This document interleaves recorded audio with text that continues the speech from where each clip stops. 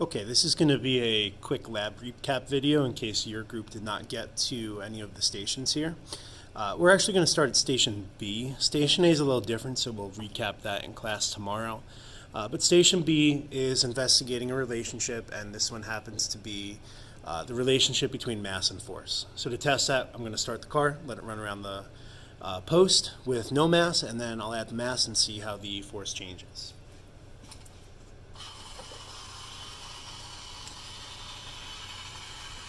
Our original force looks to be somewhere around 2 newtons.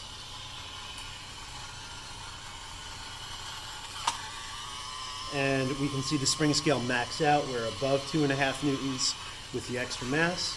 So more mass, more force, that means direct relationship. Right, so Station B, force directly proportional to mass.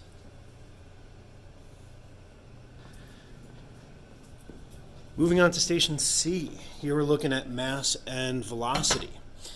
So this one we could actually time and get a velocity number, but I think we're going to be okay just doing this visually. I can start out the blue car. We see that with no mass it's already going pretty slow, but if I add the 500 grams, it slows down even more. So this one is more mass, less velocity, which would be an inverse proportion for Station C. Inverse proportion between mass and velocity.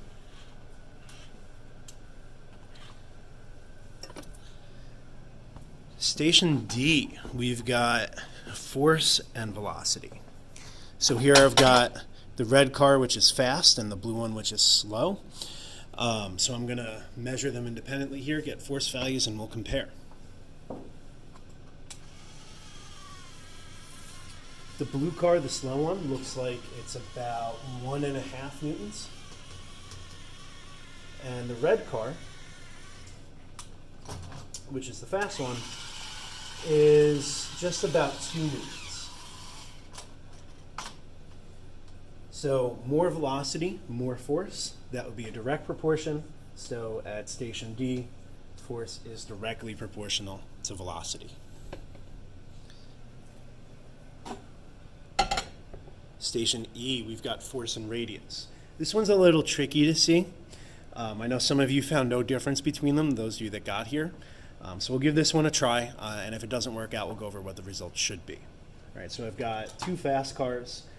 This one has a much larger radius, and this one is going to go in a much smaller circle. So the large radius looks like I've got about 2 newtons on it.